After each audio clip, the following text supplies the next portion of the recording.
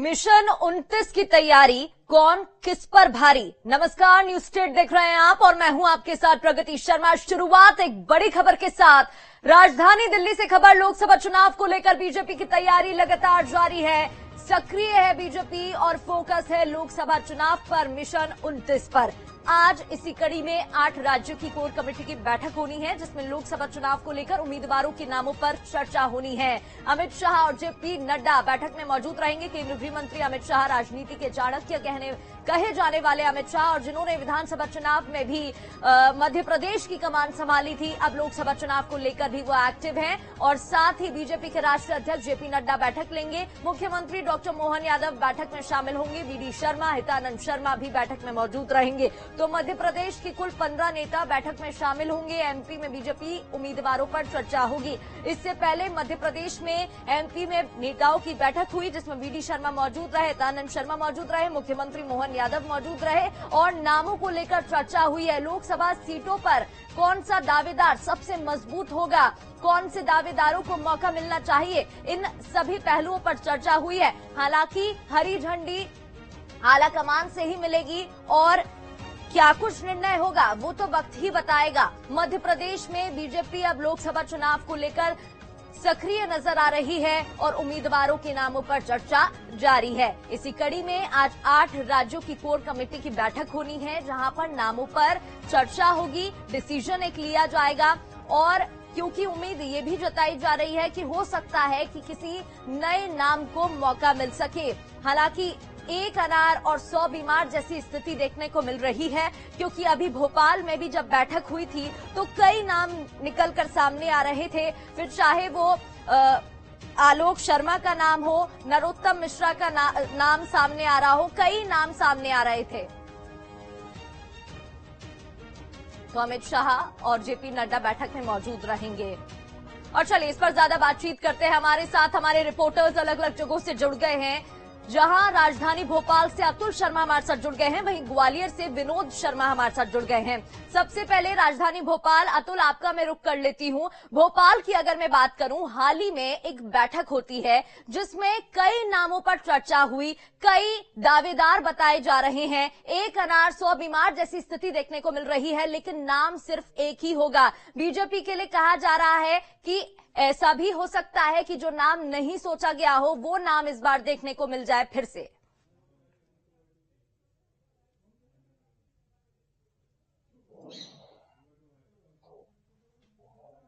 में कुछ भी कहना जल्दबाजी होती है, क्योंकि हमने बीते चुनाव में और सांसद के जिस तरीके से हमने प्रत्याशी देखे हैं, उसमें कहीं ना कहीं एक बात सामने निकल के आई है। वो कहीं ना बीजेपी सीधे तौर पर प्रयोग कर रही है और ये भी मान के चला जा रहा है कि लोकसभा चुनाव में भी बीजेपी प्रयोग कर सकती है, इसलिए कई चौंकाने वाले नाम भी सामने आ सकते हैं। बहरहाल लेकिन देखिए, मंथन शुरू हो चुका है और मंथन है मध्य प्रदेश में 29 लोकसभा सीटों पर प्रत्याशियों के नाम का। कल जिस तरीके से आपने देखा, बीजेपी में देर शाम तक बैठकें चली। तमाम बीजेपी के बड़े जो नेता हैं, जो कहीं ना कहीं मध्य प्रदेश में बीजेपी की रीति नीति नियत तय करते हैं, वो तमाम जो नेता थे वो इस बैठक के अंदर जो है शामिल थे। मुख्यमंत्री मोहन यादव, तमाम बीजेपी के प्रदेश अध्यक्ष सहित अलग जो नेता है वो इस बैठक के अंदर शामिल हुए थे और उसमें पैनल में जो नाम सामने आ रहे थे उसको लेकर रायशुमारी हो रही थी। बहरहाल आज दिल्ली में बैठक रही और बैठक में कहीं ना कहीं तमाम मध्य प्रदेश के जो नेता है वो भी शामिल हुए। प्रगति, खास तौर पर अगर हम देखें तो न्यूज स्टेट पे मैं जरूर उस पैनल का जिक्र कर सकता हूं जो कल चर्चा का विषय बना और सीधे तौर पे कल जब बैठक रही तो उसके अंदर उस पैनल में नाम जुड़ते हुए दिखाई दिए। खासतौर पर अगर मैं भोपाल की बात करूं तो देखिए, भोपाल से वीडी शर्मा का नाम भी कहीं ना कहीं चर्चाओं में चल रहा है। इसके साथ नरोत्तम मिश्रा, सुमित पचौरी और शैलेंद्र शर्मा, आलोक शर्मा और आलोक संजर, ये 4 नाम है जो कहीं ना कहीं पैनल में बने हुए हैं और इनके नाम पर रायशुमारी होती हुई दिखाई दी। मुरैना की बात करूं तो मुरैना में नरोत्तम मिश्रा, नरेंद्र सिंह तोमर, गिरिराज दंडोतिया और राजीव दंडोतिया के नाम सामने निकल के आए हैं। इसके साथ में अगर मैं सागर की बात करूं तो देखिए, सागर में भी गौरव सरोठिया, हरबंस सिंह सक्कू और राज बहादुर सिंह, ये नाम निकल के आए हैं। यानी कुल मिला के हम ये कह सकते हैं कि देखिए, अलग अलग पैनल्स में हम अलग अलग जो लोकसभा है वहां पे 2 से 3 नाम जो है पैनल के अंदर जोड़े गए है। हालांकि होना कोई एक है और उसका जो मोहरा है, जो मोहर लगाई जाएगी वो दिल्ली से लगाई जाएगी।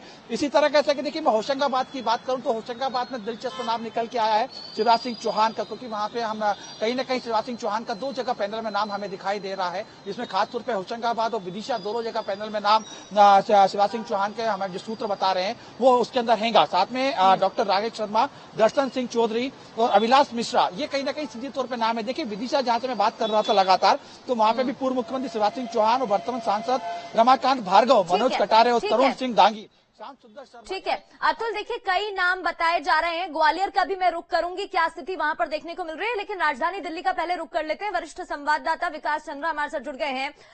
बैठक की जानकारी दीजिएगा सबसे पहले। तो बैठक शुरू हो गई है क्या, और बैठक में क्या कुछ रणनीति तैयार की जा रही है, क्योंकि देखिए 8 राज्यों को लेकर जी ग्रुप की बैठक बीजेपी मुख्यालय में जी देखिए, बीजेपी के केंद्रीय मुख्यालय में अलग अलग राज्यों के कोर ग्रुप की बैठक शुरू हो गई है और आज बैठक की शुरुआत मध्य प्रदेश से हुई है, क्योंकि मध्य प्रदेश बीजेपी के लिए काफी महत्वपूर्ण है। जहां पे बीजेपी की सरकार है और बीजेपी की जहां स्थिति मजबूत है, वहां पार्टी पहले नामों को तय कर लेना चाहती है, वहां की रणनीति को पहले बना लेना चाहती है। तो आज बैठक की शुरुआत मध्य प्रदेश से हुई है और बैठक चल रही है। और बैठक में बात करें तो मध्य प्रदेश के मुख्यमंत्री मोहन यादव के साथ ही वहां के संगठन मंत्री प्रदेश अध्यक्ष हैं, इधर से गृह मंत्री अमित शाह हैं, जेपी नड्डा हैं, केंद्रीय संगठन मंत्री वी एल संतोष हैं, प्रभारी हैं। तो ये जो कोर ग्रुप की बैठक है वो चल रही है और इसमें प्रदेश के नामों पर विचार किया जाएगा। हालांकि बीजेपी में जो नाम तय किए जाते हैं, नाम पर मुहर लगाई जाती है, वो केंद्रीय चुनाव समिति की बैठक में की जाती है। तो केंद्रीय चुनाव समिति के पहले जो सबसे महत्वपूर्ण बैठक होती है वो राज्यों के कोर ग्रुप की बैठक होती है, क्योंकि उसी में नामों पर विस्तार से मंथन होता है। और वो मंथन की शुरुआत हो चुकी है मध्य प्रदेश को लेकर, क्योंकि बीजेपी मध्य प्रदेश में कोई रिस्क लेना नहीं चाहती है और सारे रिकॉर्ड तोड़ना चाहती है लोकसभा चुनाव में बीजेपी। यही वजह है कि एक सीट रोकना चाहूंगी, ये भी जरा जानकारी पहुंचाइएगा कि छिंदवाड़ा जैसे जो क्षेत्र हैं वहां पर पहले ही नाम पहुंचा दिए गए थे, ऐसी खबर मिल रही थी, और जो बाकी अब सीटें हैं उन पर चर्चा हो रही है। क्या ये सही है और क्या कुछ नाम निकलकर सामने आ रहे हैं?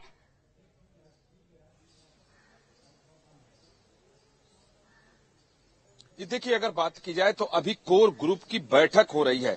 जो बीजेपी में व्यवस्था है कि कोर ग्रुप के बैठक के पहले वैसे अगर राज्यों में तमाम नामों पर अटकलें लगाई जाती हैं और लगाई जा रही हैं, क्योंकि जो संभावित चेहरे होते हैं उन्हीं पर अटकलें लगाई जाती हैं। लेकिन अगर बीजेपी की बात करिए तो दिल्ली में की अगर बात करिए तो अभी किसी भी नाम को लेकर के यहाँ पर न पार्टी की तरफ से चाहे राज्यों के नेताओं की तरफ से बिल्कुल पर्दा रखा गया है कि कहीं कोई नाम नहीं, क्योंकि इस बार एक चीज साफ तौर पर संदेश है कि जो वर्तमान सांसद है उसमें से 30% से लेकर के 40% के टिकट कटने वाले हैं। अगर इससे ऊपर के भी टिकट कट जाए तो कोई बहुत आश्चर्य की बात नहीं होगी और बिल्कुल नए चेहरों को उतारा जाएगा। और पूरे राज्य में जो सोशल इंजीनियरिंग और पॉलिटिकल इंजीनियरिंग को साधने के लिए पार्टी प्रयोग भी करेगी कि ताकि किसी तरीके से जो 2019 में जो रिजल्ट आया था उससे कम किसी भी कीमत पर न हो। छिंदवाड़ा की स्थिति है, आप देखें कि वहां की राजनीति को लेकर के नई हलचल है, नकुलनाथ को लेकर के एक बीजेपी में नई हलचल है, कमलनाथ को लेकर के एक नई हलचल है, कई तरह की बातें अटकलें लगाई जाती हैं। लेकिन नामों पर से पर्दा तभी हटेगा जब ये कोर ग्रुप की बैठक हो जाए, सीईसी की बैठक हो जाए, उसके बाद वो नाम सामने आएंगे कि कितने नामों पर विचार किया गया और किस नाम पर मुहर लगाई गई।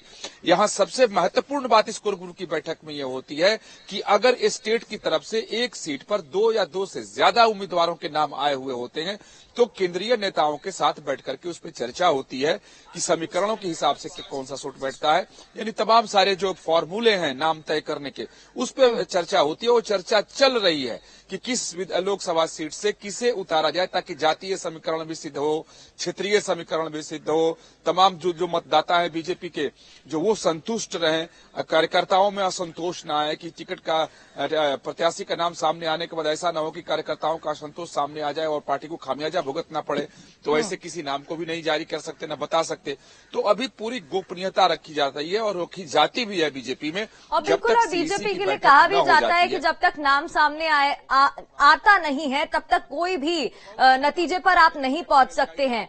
जी विकास, ये भी जरा जानकारी दीजिएगा, जैसे कि आप बता रहे हैं कि कई सांसदों की टिकट कट सकते हैं और ऐसी खबरें भी सामने आ रही हैं। ऐसे में नमो ऐप की भी चर्चा तेज हो रही है, क्योंकि प्रधानमंत्री नरेंद्र मोदी का बयान कि इस बार कमल 370 के पार सीटें लेकर आएगा, और ऐसे में ये भी जानकारी मिल रही थी कि नमो ऐप के जरिए जो है अब देखा जा रहा है कि कौन से सांसद एक्टिव हैं, कौन से नहीं हैं, और उनके पत्ते भी कट रहे हैं।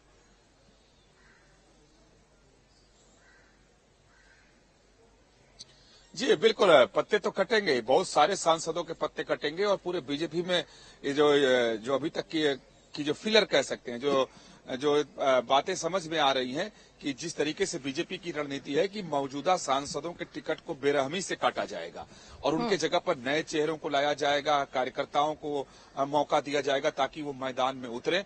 और एक एज भी तय की गई है, एज के हिसाब से भी, समीकरण के हिसाब से भी बहुत सारी बातें हैं। उसके बाद है कि 2 बार से ज्यादा के जो सांसद हो चुके हैं उनके टिकट भी काटने की बात है। 70 साल से ऊपर की उम्र है उनकी बिल्कुल बिल्कुल, यानी कि कुल मिलाकर कई टिकट कट सकते हैं। लौटूंगी आपके पास, विनोद ग्वालियर से हमारे साथ जुड़े हुए हैं, उनका भी रुख कर लेते हैं। विनोद, ग्वालियर की बात करूं तो शुरुआत तो यहीं से हो रही है, चाहे बात दौरों की हो, चाहे बात बैठक की हो, चाहे बात चुनावी शंखनाद भरने की हो, ग्वालियर बेहद ही महत्वपूर्ण हो जाता है। ग्वालियर की बात करें तो कुछ प्रमुख नाम है, जैसे कि ज्योतिरादित्य सिंधिया का नाम सामने आ रहा है, पवैया का नाम सामने आ रहा है, यहां तक कि नरोत्तम मिश्रा का भी नाम सामने आ रहा है। लेकिन मजबूती के साथ कौन खड़ा होता दिखाई दे रहा है इन नामों के बीच? देखिए, अगर हम ग्वालियर लोकसभा की बात करें तो 4 नाम सबसे प्रमुख तौर पर सामने आए हैं। जो रायशुमारी हुई थी 2 दिन पहले, प्रदेश सरकार के मंत्री और बीजेपी के वरिष्ठ नेता प्रहलाद पटेल ने रायशुमारी की थी। उसमें सबसे ज्यादा जो लोगों से चर्चा की, उसमें केंद्रीय मंत्री ज्योतिरादित्य सिंधिया को ग्वालियर से चुनाव लड़ाने की बात कही थी। उनके बाद जयभान सिंह पवैया, जो हिंदुत्व छवि के नेता हैं, पहले ग्वालियर से सांसद रह चुके हैं, उनका नाम भी आया।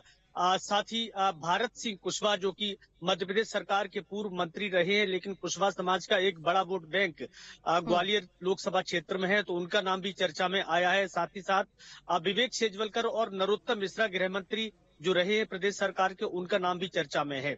लेकिन प्रमुखता से देखें तो ज्योतिरादित्य सिंधिया का नाम सबसे ऊपर बताया गया है। और जो सूची बनाई गई थी, प्रहलाद पटेल ने सुझावों के आधार पर बनाई थी, वो सूची प्रदेश कार्यालय में वो ले गए, जहां चर्चा हुई है कल। और उसके बाद ये सभी नाम आज दिल्ली पहुंच गए हैं, जहां चर्चा हो रही है। चूंकि ज्योतिरादित्य सिंधिया का नाम गुना लोकसभा से भी है, लेकिन गुना लोकसभा के केपी यादव पहले से ही सांसद हैं। केपी यादव चूंकि जब बीजेपी में थे और ज्योतिरादित्य सिंधिया कांग्रेस में थे, तो उन्होंने चुनाव हराया था। तो हो सकता है ज्योतिरादित्य सिंधिया गुना की बजाय ग्वालियर से ही अपनी प्राथमिकता रखें, क्योंकि उनकी इच्छा है चुनाव लड़ने की। लोकसभा क्षेत्र ग्वालियर में उन्होंने कई बड़े प्रोजेक्ट और काम भी कराए हैं, और जो राजशाही अंदाज उनका था वो उससे निकलकर जनता में अब इन्वॉल्व भी हो चुकी हैं।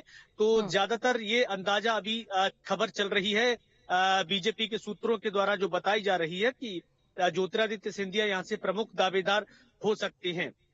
लेकिन अगर कोई नया चेहरा सामने आता है, चूंकि वर्तमान के सांसद विवेक शेजवलकर 70 से ज्यादा उम्र के हैं, तो उनका टिकट कटना लगभग तय माना जा रहा है। मुरैना से नरेंद्र सिंह तोमर, जो कि अब विधानसभा अध्यक्ष बन गए हैं, उनकी जगह कोई नया चेहरा उतारा जा सकता है। तो ये भी संभावना है कि जो भारत सिंह कुशवाहा हैं, उनको मुरैना या ग्वालियर कहीं और से चुनाव लड़ाया जाए, और नरोत्तम मिश्रा को, जो ग्वालियर से नाम चल रहा है, उनको भोपाल टिकट दे दिया जाए और यहाँ ज्योतिरादित्य सिंधिया को चुनाव लड़ाया जाए।